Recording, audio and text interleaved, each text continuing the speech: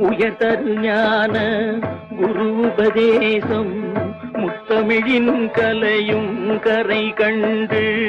வளர்பிறை என்று பலரும் விளம்ப வாழ்வதினாறு பிராயமும் வந்து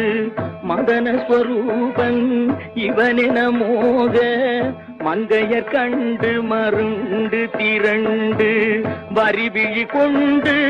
சுழிய எறிந்து மாமையில் போலவர் போவது கண்டு மனது பொறாமல் அவர் பிறகோடி தேடிய மாமுதல் சேர வழங்கி